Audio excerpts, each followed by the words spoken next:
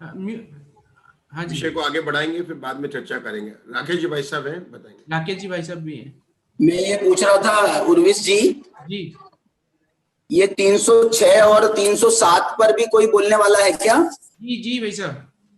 हाँ, तो अपन उसके बाद में चर्चा करेंगे। जी जी भाई साहब। उसके ऊपर मेरे को थोड़ा कहना 306-7 पर। ठीक जी है, जी जी। ठीक है।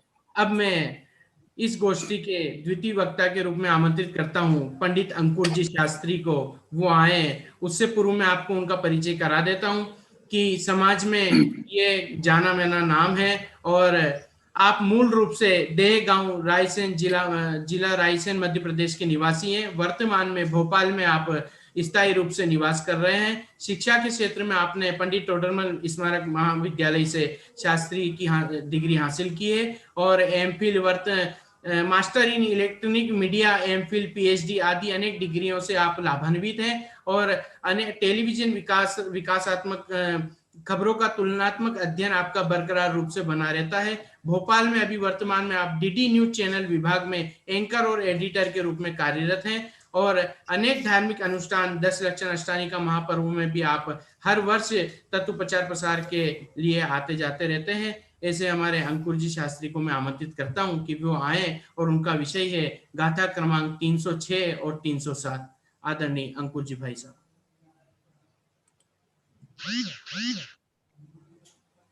वंदित्व सर्व सिद्धे धुवमचल मणोवमं गतिं पत्ते वोच्छामि समय पाहुड़ तुद केवली भणिदम्।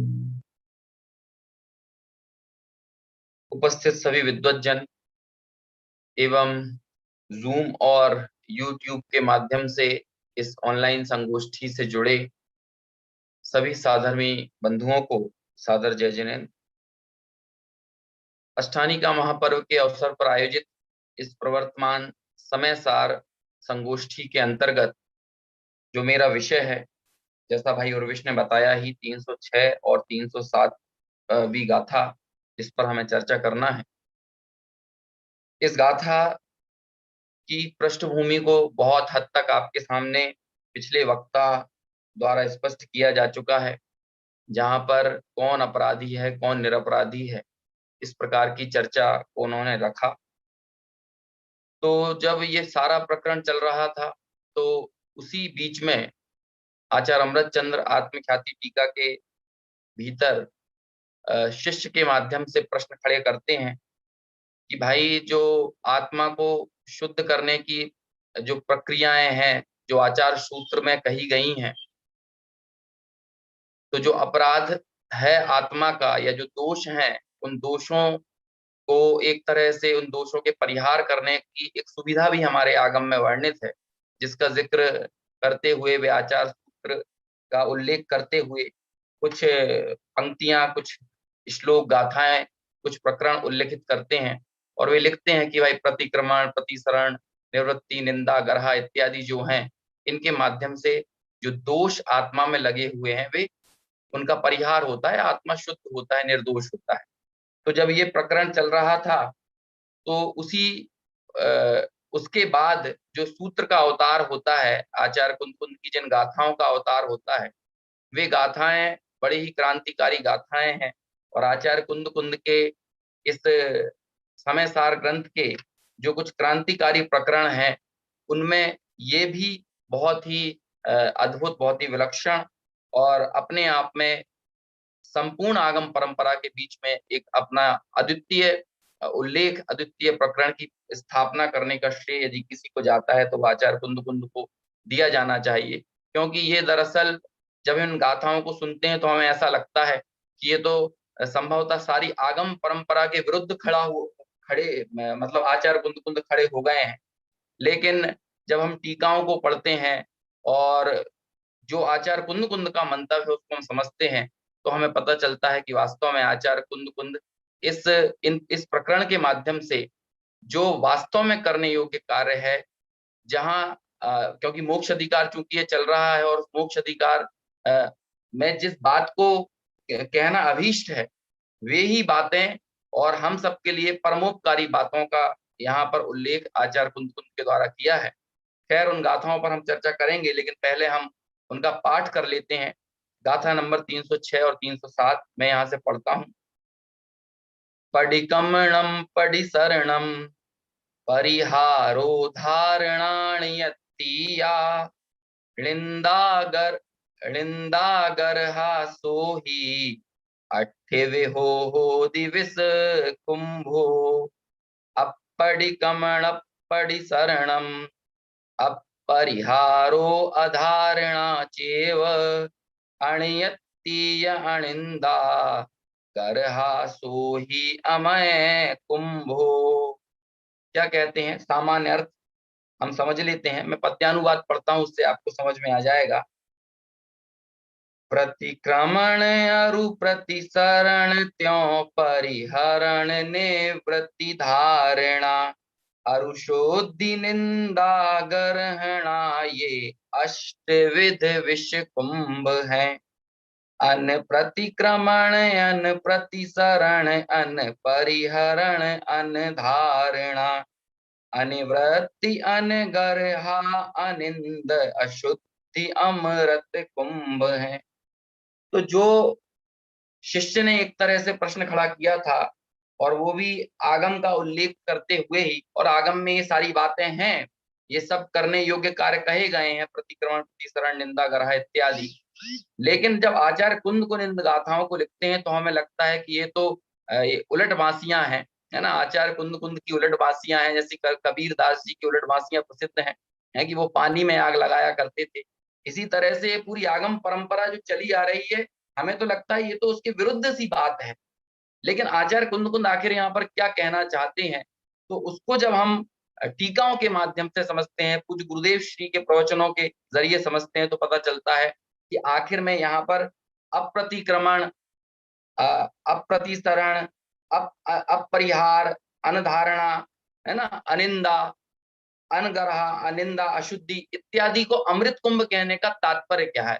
यद्यपि ये जो 8 विधि, 8 प्रकार का जो विष कुंभ और अमृत कुंभ की यहाँ पर चर्चा है, उनका अलग अलग सेपरेटली उनकी परिभाषा देते हुए यहाँ पर चर्चा करना अभी हमारे लिए अभीष्ट नहीं है, क्योंकि समय भी उतना नहीं है। तो सीधे हम विषय पर आते हैं कि जो टीका में जो बात कही, वहीं से मैं इस पूरे प्रकरण को उठाता हूं कि सबसे पहले समझने योग्य चीज जो है कि एक तरह से रेड अलर्ट लोगों के लिए लगा दिया है कि जो इन गाथाओं के माध्यम से यदि अपने स्वच्छंद का पोषण करने की यदि चेष्टा कर रहे हो, तो उनके लिए अमृत चंद्राचार्य शुरुआत में ही लिखते हैं कि प्रथम तो जो अज्ञानी जन साधारण, अज्ञानी लोग, अप्रतिक्रमण आदि जो हैं, वे तो शुद्ध आत्मा की सिद्धि के अभाव रूप स्वभाव वाले हैं, इसलिए स्वयमेव अपराध रूप होने से विषकुंभ ही हैं। उनका विचार करने का क्या प्रयोजन। यानी जो अज्ञानी जन साधारण के द्वारा जो अप्रतिक्रमण आदि हैं, उनके तो यहाँ विचार करने का प्रयोजन ही नहीं। क्यों? क्योंकि वो तो हमारी सीमा और हमारे दायरे से ही बाहर है। और पूज्य गुरुदेव श्री ने इन 3 पंक्तियों पर ही बहुत रस लेते हुए, समझिए कि लगभग उनका जो प्रवचन है 375वें नंबर का प्रवचन है, 19वीं बार जो प्रवचन हुए हैं आत्मसिद्धि के माध्यम से, जिनका वर्ड टू वर्ड ट्रांसलेशन भी हुआ है, वर्ड टू वर्ड पढ़ा भी जा सकता है। वहां पर हम देखेंगे तो 20 से 22 मिनट तक तो इन 3 पंक्तियों में ही बड़े रीझे हुए हैं।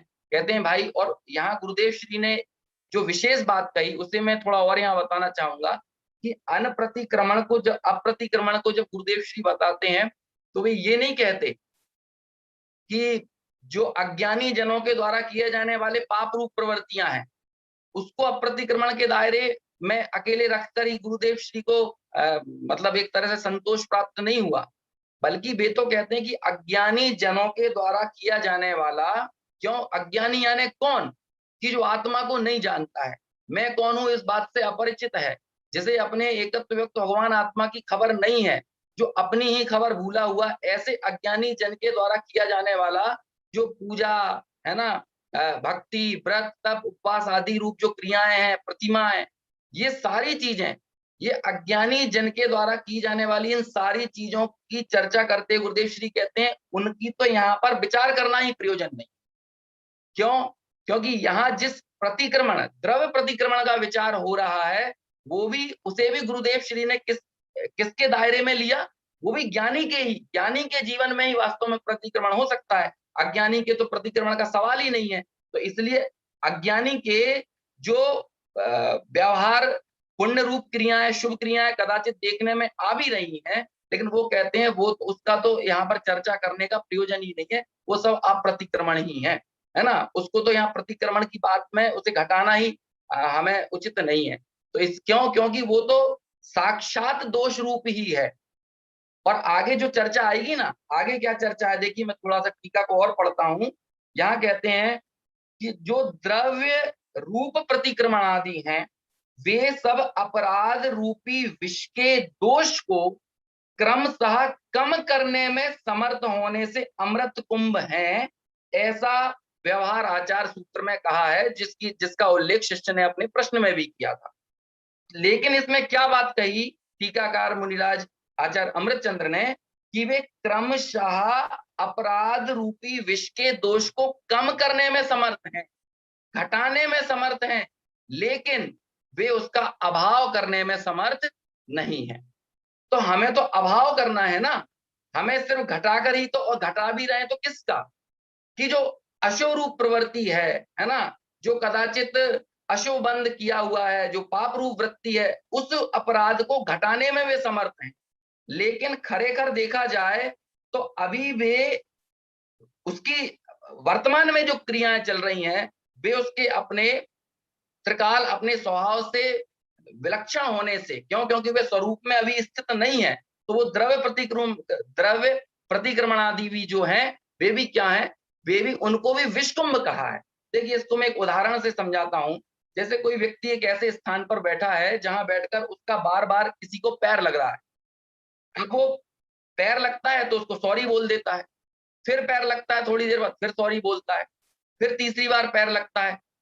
वो जिस जगह पर बैठा हुआ है, वो बैठा ही ऐसी जगह पर है कि वहां उसका बार बार उसको पैर लग ही रहा है। तो कुछ देर बाद जिसे वो पैर लग रहा है ना, तो वो व्यक्ति खड़ा होकर बोलेगा ये सॉरी वॉरी से काम नहीं चलेगा, ये तुम्हारा सॉरी तुम्हारे पास रखो, क्योंकि ये सॉरी विषकुंभ है। अब बताइए सॉरी बोलना अच्छा है कि बुरा है? अरे भाई, जिस जगह बैठकर बार बार सॉरी बोलने की आवश्यकता पड़ रही है, तो अच्छा तो ये होगा कि आपको वहां से हटना आवश्यक है, जहां बैठकर आपको सॉरी बोलना पड़ रहा है। इसलिए उस जगह, जिस जगह रहकर आपको बारंबार प्रतिक्रमण की आवश्यकता की जरूरत पड़ रही है, जरूरी ये है कि आपको उस जगह से हटना पड़ेगा जहां बारंबार प्रतिक्रमण की आवश्यकता पड़ रही है। तो हटना पड़ेगा मतलब क्या? तो फिर कहां चले जाएं? फिर उससे नीचे वाली अवस्था में आ जाएं क्या, जिसकी चर्चाएं टीकाकार मुनिराज ने की कि 3 भूमियां उन्होंने बनाई। एक भूमि तो अप्रतिक्रमण वाली, कौन सी? कि अप्रतिक्रमण यानी प्रतिक्रमण से रहित अवस्था, जिसे हम देखते हैं, यहां पर मैं पढ़ता ही हूं मूल से ही। देखिए एक अवस्था तो वो है कि जो जिसमें प्रतिक्रमण ही नहीं है ना, मतलब अप्रतिक्रमण यानी वो व्यवहार चारित्र ही नहीं है, वो आचरण ही नहीं है, वो व्यवहार ही नहीं है ना, वो अप्रतिक्रमण। और एक दशा वो है जो प्रतिक्रमण वाली है। तो एक भूमि तो अप्रतिक्रमण वाली वो हो गई जो प्रतिक्रमण से नीचे की दशा है ना, अप्रतिक्रमण रूप।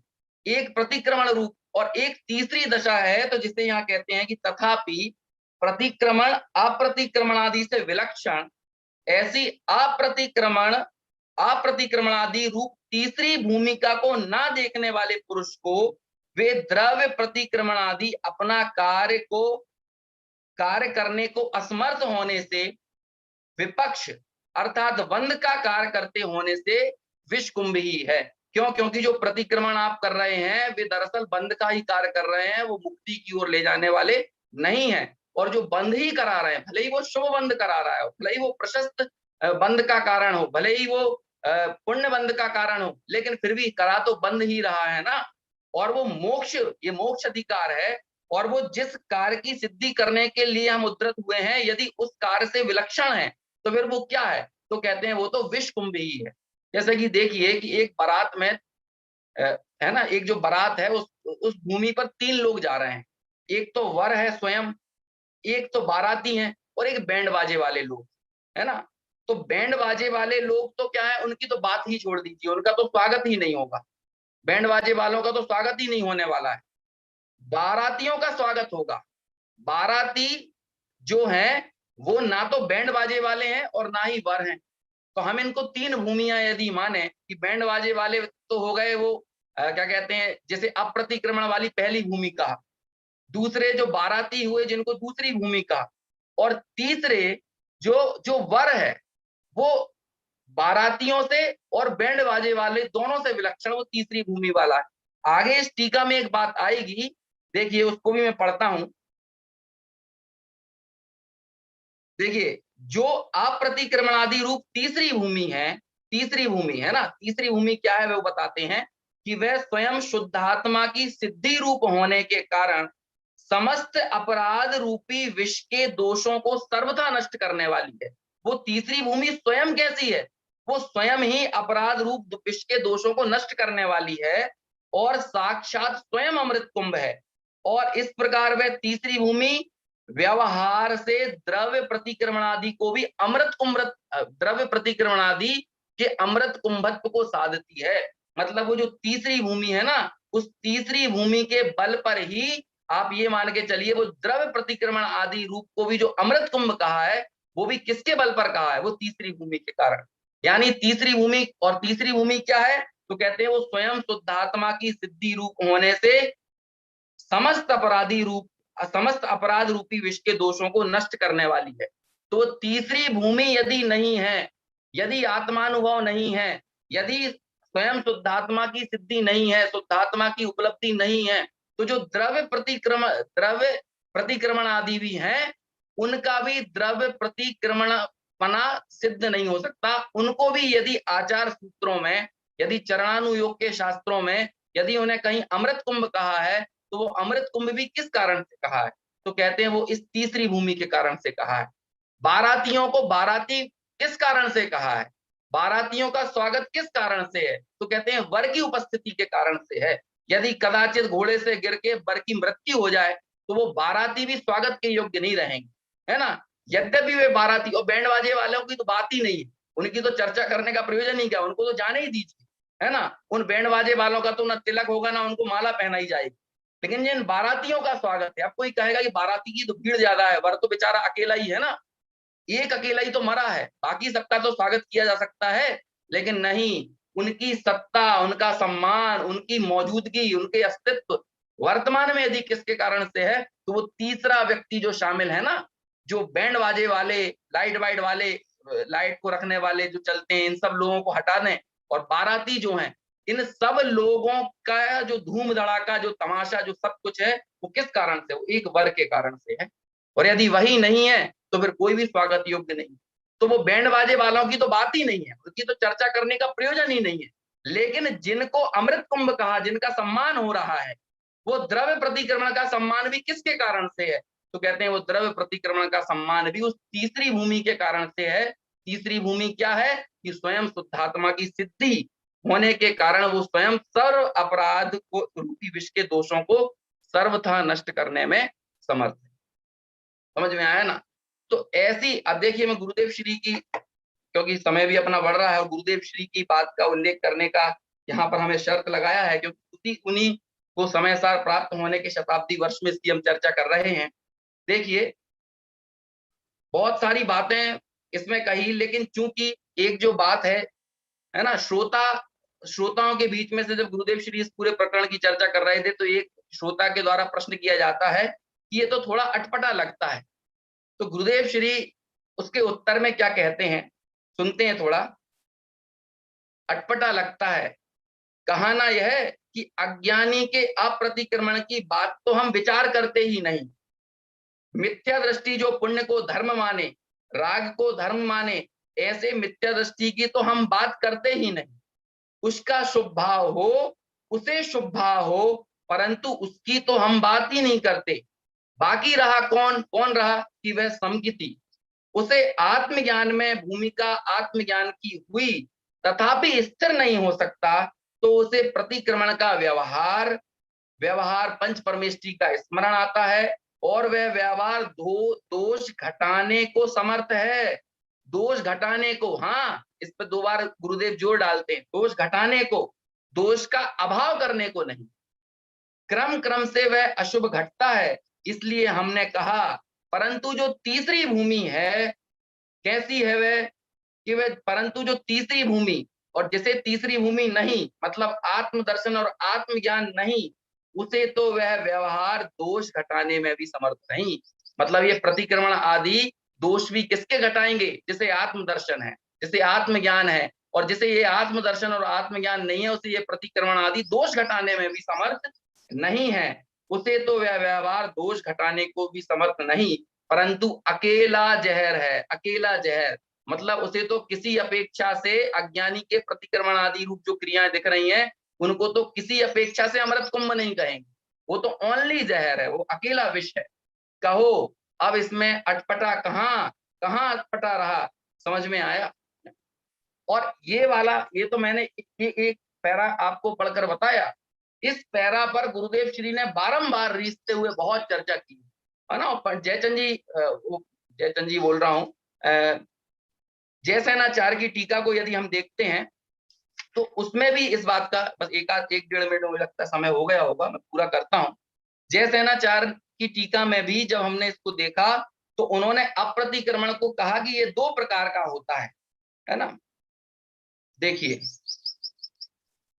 एक मिनट, तात्पर्य में लिखते हैं कि ज्ञानी जनाश्रित और अज्ञानी जनाश्रित, ज्ञानी जन के आश्रित अप्रतिक्रमण और अज्ञानी जन के आश्रित अप्रतिक्रमण। अज्ञानी जनाश्रित जो अप्रतिक्रमण है वह तो विषय कषाय परिणति रूप होता है, किंतु ज्ञानी जनाश्रित अप्रतिक्रमण शुद्धात्मा के सम्यक श्रद्धान ज्ञान एवं अनुष्ठान लक्षण वाला त्रिगुप्ति रूप होता है। तो जो अप्रतिक्रमण ज्ञानियों के होता है, यानी शुद्धात्मा की सिद्धि रूप अवस्था जिसकी बात अमृतचंद्राचार्य ने कही, वो तो सम्यक दर्शन, सम्यक ज्ञान, सम्यक चारित्र सहित त्रिगुप्ति रूप है। वह ज्ञानी जनाश्रित अप्रतिक्रमण सराग चरित्र लक्षण रूप शुभोपयोग की अपेक्षा से यद्यपि अप्रतिक्रमण कहा जाता है, तथापि वीतराग चरित्र अपेक्षा वही निश्चय प्रतिक्रमण है ना। जैसे अप्रतिक्रमण कहा ना, इसलिए अप्रतिक्रमण कहा कि सराग चरित्र लक्षण वाला जो शुभोपयोग है उसकी अपेक्षा से वो शुद्धात्मा की सिद्धि वाला जो अप्रतिक्रमण है उसे अप्रतिक्रमण कहा। लेकिन वास्तव में ज्ञानी जनों का जो अप्रतिक्रमण है ना, वो वीतराग चारित्र वाला होने से निश्चय प्रतिक्रमण है। और ये चर्चा अकेली यही समय सार में ही देखने में नहीं आई, गुरुदेव श्री ने भी इसका जिक्र किया और नियम सार का वे अपने प्रवचन में उल्लेख करते हैं। नियम सार की मेरे ख्याल से 85वें नंबर की गाथा है निश्चय प्रतिक्रमण अधिकार में, जहां पर ये बात चर्चा आती है कि जो 42 निर्यापक आचार्यों की उपस्थिति में जो प्रतिक्रमण किया जाता है, इस तरह की कोई चर्चा है, जो समाधि संलेखना के समय जो प्रतिक्रमण किया जाता है उसको वो वहां पर टीका में पद्मप्रभु मलधारी देव कहते हैं वह जो व्यवहार प्रतिक्रमण है ना, और उसे उत्तमोत्तम प्रतिक्रमण कहा, मतलब उसे उत्तमोत्तम प्रतिक्रमण माना जाता है ना, यदि हम चरणानुयोग शास्त्रों में जाकर देखेंगे, लेकिन उसे कहते हैं वो विष्कुंभ है। तो निश्चय प्रतिक्रमण क्या है कि भाई जो प्रतिक्रमण स्वरूप आत्मा है वो वास्तव में वो स्वयं कैसा है कि वो प्रतिक्रमण स्वरूप आत्मा ही निश्चय प्रतिक्रमण है, और उस आत्मा का अवलंबन लेने वाले जो मुनिराज हैं वे निश्चय प्रतिक्रमण स्वरूप ही होते हैं। मुनिराजों कहते हैं प्रतिक्रमण क्या है, मुनिराज के जीवन में क्या प्रतिक्रमण, वे तो प्रतिक्रमण स्वरूप ही हैं। क्यों? क्योंकि वे उस शुद्धात्मा की सिद्धि यानी उस शुद्धात्मा के अवलंबन सहित होते हैं। इस कारण से उनको कहा कि वे साक्षात निश्चय प्रतिक्रमण हैं। आखिर में एक उदाहरण देके अपनी बात पूरी करूंगा कि आप लोगों ने देखा होगा जो इंक्रोचमेंट होता है, मतलब अतिक्रमण लोग कर लेते हैं, अपने दुकानों के बाहर ये नमक की बोरी रख लेंगे, मिर्ची की बोरी रख लेंगे किराने की दुकान वालों को, और बीच में वो नगर निगम वगैरह की गाड़ी आती है तो वो सारा अतिक्रमण हटाते हैं। तो वो जैसे ही दूर से देखा उन दुकान वालों ने कि वो नगर निगम की या पुलिस की गाड़ी आ रही है, तो वो सारा का सारा क्या करते हैं, जो इंक्रोचमेंट उन्होंने किया था, अतिक्रमण किया था, वो सारी बाहर रखी हुई बोरियों को अंदर रख लेते हैं, मतलब वो अतिक्रमण से प्रतिक्रमण कर लेते हैं, है ना। और जैसे ही वो गाड़ी चली जाती है तो फिर से वो वही का वही जो नमक की मिर्ची की बोरी फिर बाहर रख लेते हैं। तो दूसरी तीसरी बार में यदि वो कार्य करते हुए कोई पुलिस अधिकारी देख ले तो कहता है ये तुम्हारा बार बार करने वाला प्रतिक्रमण नहीं चलेगा, तुम अपने दायरे में ही रहो, है ना। और वो बेचारा आदमी हमेशा सशंक बना रहता है कि कहीं गाड़ी तो नहीं आ रही, कहीं पुलिस की गाड़ी तो नहीं आ रही, तो वो अतिक्रमण किया हुआ व्यक्ति सशंक बना रहता है, इसलिए उसे प्रतिक्रमण करने की बारंबार जरूरत पड़ती है। लेकिन जो व्यक्ति अपनी 10 बाई 20 की जो उसकी दुकान है वो उसी के दायरे में के अंदर भीतर है, तो उसे बार बार निकल कर देखना नहीं पड़ता कि भाई पुलिस की, नगर निगम की कोई की गाड़ी तो नहीं आ रही है। क्यों? क्योंकि वो तो प्रतिक्रमण स्वरूप ही है। और वो प्रतिक्रमण स्वरूप क्यों है? क्योंकि वो अपनी मर्यादा में, अपने दायरे में स्थित है। ऐसे ही मुनिराजों के लिए वहां नियम सार में चर्चा आई कि वे तो प्रतिक्रमण स्वरूप ही हैं और उनके जीवन में वास्तव में जो है वो निश्चय प्रतिक्रमण है और वो निश्चय प्रतिक्रमण अमृत कुंभ है। और वही चर्चा यहाँ पर जयसेनाचार्य ने भी उसका थोड़ा सा हल्का उल्लेख किया और ऐसी ही चर्चा पूज्य गुरुदेव श्री ने भी अपने प्रवचनों में की। बाकी जितना जो कुछ भी है, थोड़ा हो सकता है कि बहुत कुछ बताने के चक्कर में हौच पौच हो गया होगा, है ना, लेकिन जैसा भी है विद्वज्जन उसको कहीं कोई त्रुटि हो तो उसको सुधार कर सही करें। ऐसी मंगल भावना सभी लोग इस प्रतिक्रमण स्वरूप आत्मा का अवलंबन लेकर जो निश्चय प्रतिक्रमण है उसकी प्राप्ति करें। इसी मंगल भावना के साथ बात पूरी कर। बहुत बहुत धन्यवाद आदरणीय अंकुर जी भाई साहब को, जिन्होंने इन गाथा नंबर 306 और 307 जैसी महत्वपूर्ण गाथाओं के गुण रहस्यों को पूज्य गुरुदेव श्री के प्रवचनों का आधार लेते हुए बहुत ही सरलता से अपने विषय को प्रस्तुत किया। और अब हमारे बीच में आदरणीय राकेश जी भाई साहब अपनी बात रखना चाह रहे हैं। आदरणीय भाई साहब। देखिए, ये समय सार, ये जो अभी अंकुर जी ने गाथाएं प्रस्तुत की हैं 306 और 307, ये मोक्ष अधिकार की अंतिम गाथाएं थी। और एक प्रकार से जो आचार्य भगवान की प्रतिज्ञा थी कि मैं 9 तत्वों का विवेचन करूंगा शुद्ध न्याय की दृष्टि से, तो मोक्ष अधिकार पर जाकर के उनकी प्रतिज्ञा पूरी हो जाती है। इसलिए ये ग्रंथ की पूर्णता तो यहाँ पर हो गई एक प्रकार से। अब आप कहेंगे कि भाई इसके बाद में जो सर्वविशुद्ध ज्ञान अधिकार है वो भी तो आया है, उसकी भी तो गाथाएं हैं। तो ये जो सर्वविशुद्ध ज्ञान अधिकार है ये कुंद कुंद भगवान के मूल ग्रंथ का परिशिष्ट है, ये चूलिका है। मतलब ये चूलिका में उन्होंने मूल उनकी प्रतिज्ञा तो सम्यक दर्शन को प्राप्त कराने की थी। अब यहाँ पर जो ज्ञान की चर्चा कर रहे हैं तो वो ये कह रहे हैं कि ये मैं इसको चूलिका के रूप में जरूर प्रस्तुत करना चाहता हूँ, क्योंकि जिस शुद्धात्मा, ज्ञान स्वरूपी शुद्धात्मा के आश्रय से जो सम्यक दर्शन प्रकट होता है, जिसके साथ में सम्यक ज्ञान भी होना अवश्यम भावी है, इस दृष्टि से ये जो सर्व विशुद्ध ज्ञान अधिकार है इसमें उस शुद्धात्मा की चर्चा भी है और सम्यक ज्ञान की चर्चा भी है। अपन यदि उसकी गहराई में जाएं तो हमको उसका भी बहुत बाकायदा निर्देश मिलेगा। दूसरी बात ये कह रहा हूं कि मोक्ष अधिकार की अंतिम गाथाओं में, इन गाथाओं में भी प्रतिक्रमण, प्रतिसरण, परिहार, धारणा, ये जो 8 प्रकार की चर्चा, उसकी अवस्थाएं हैं, उनकी चर्चा की है। इनमें से प्रतिक्रमण, प्रत्याख्यान की चर्चा बंध अधिकार के अंत में भी आई थी, जो अपन ने कल रात को चर्चा की थी। लेकिन वहां बंध अधिकार था ना, तो वहां पर अप्रतिक्रमण के माध्यम से चर्चा आई थी, अप्रतिक्रमण अप्रत्याख्यान के माध्यम से चर्चा आई थी। ये मोक्ष अधिकार है तो मोक्ष मार्ग में जो प्रतिक्रमण, प्रत्याख्यान, प्रतिसरण, परिहार, धारणा वगैरह जो ये होते हैं, उनकी माध्यम से यहाँ पर चर्चा की गई है। लेकिन जो 306 गाथा में इन प्रतिक्रमण आदि को विषकुंभ कह रहे हैं और 307 गाथा में अप्रतिक्रमण आदि को अमृत कुंभ कह रहे हैं, तो ये बड़ा जो है, ये जैसे अभी हमने अंकुर जी ने बताया था ना कि ये समय सार की उलट वासियां हैं, तो ये समय सार में ये जो इसको अमृत कुंभ कहा गया है अप्रतिक्रमण आदि को, ये व्यवहार प्रतिक्रमण आदि पर कुंद कुंद भगवान की इससे बड़ी कोई दूसरी चोट नहीं हो सकती थी। कुंद कुंद भगवान प्रतिक्रमण आदि व्यवहार क्रियाओं में जो मुनिजन, उनके संघस्थ साधु व्याप्त रहते थे, रात दिन उसी में लगे हैं और जो है अपनी शुद्धात्मा की आराधना से विरत हैं, तो उनके लिए कुंद कुंद भगवान कह रहे हैं तुम्हारे प्रतिक्रमण करने से कुछ नहीं होगा, ये प्रतिक्रमण तो बंध का कारण है, इसलिए विष्कुंभ है। इससे हट करके वो हम अप्रतिक्रमण पर नहीं ले जाना चाहते हैं, पाप रूप अप्रतिक्रमण पर, लेकिन इस व्यवहार प्रतिक्रमण से हट करके जो अपनी शुद्धात्मा की आराधना रूप अप्रतिक्रमण है, व्यवहार प्रतिक्रमण के निषेध रूप जो अप्रतिक्रमण है, वास्तव में वो अमृत कुंभ है। और ऐसा कह करके उन्होंने उस मोक्ष, ये मोक्ष अधिकार है ना, तो मोक्ष तत्व की साधना का जो सर्वोत्कृष्ट उपाय जो शुद्धोपयोग है, उस शुद्धोपयोग की स्थापना यहाँ उन्होंने अप्रतिक्रमण कह करके की है।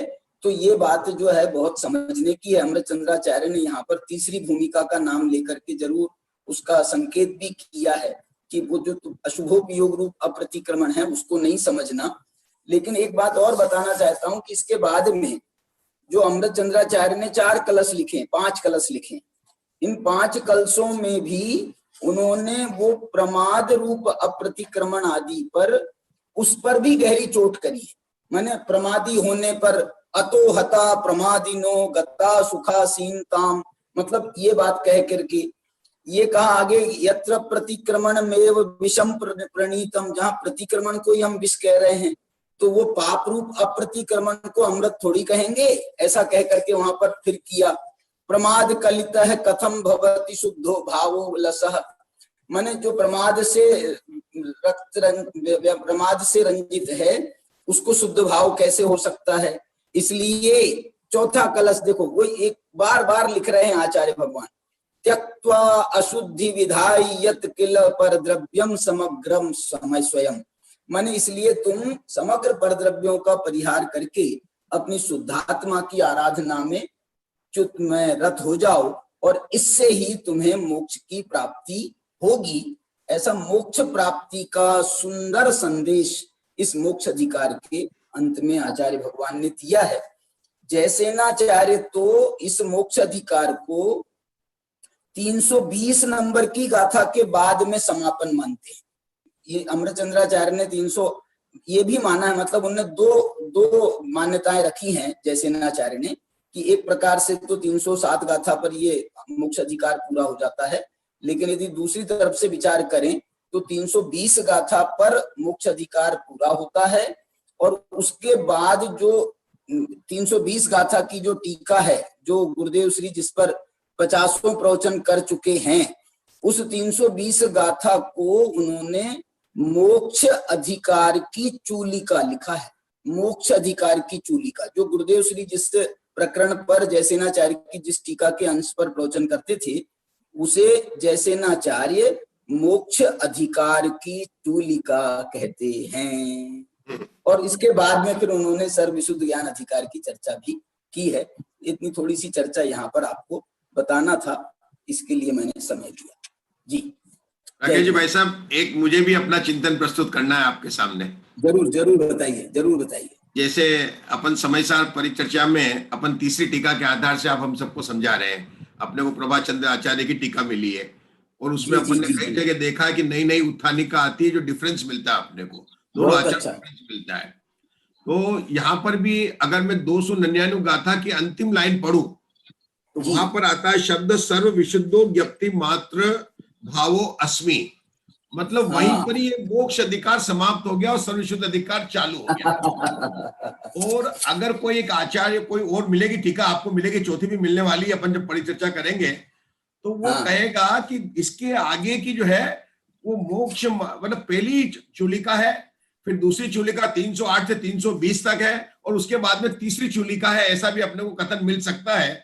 उसका मैं क्यों बताना चाहता हूं कि अपने मन में ये आशंका उठ सकती है, किसी के नहीं तो मेरे उठी है, कि जब मोक्ष अधिकार समाप्त हो गया तो इन प्रकरण का यहाँ पर वर्णन करने की क्या जरूरत है कि अपराधी कौन है और प्रतिक्रमण और प्रतिक्रमण की क्या जरूरत है। तो सिर्फ अंतिम लाइन मुझे आपसे बोलना है तो कि आप उसको मतलब बता सके कि यहाँ पर जो मोक्ष का बंध का अभाव को मोक्ष कहा है, मतलब अपना बंध और मोक्ष का जोड़ा है, तत्वार सूत्र वाला जोड़ा नहीं है। और आचार्य को कुंद कुंदाचार्य को उन्होंने तो अधिकार के नाम दिए नहीं, अधिकार के नाम तो हमारे आचार्य अमृतचंद्र देव ने दिए हैं। तो कुंदकुंदाचार्य भगवान को ऐसी भावना आई कि भैया जब तक तू तीसरी भूमिका में नहीं पहुंचेगा तब तक तेरा बंध का अभाव नहीं होगा।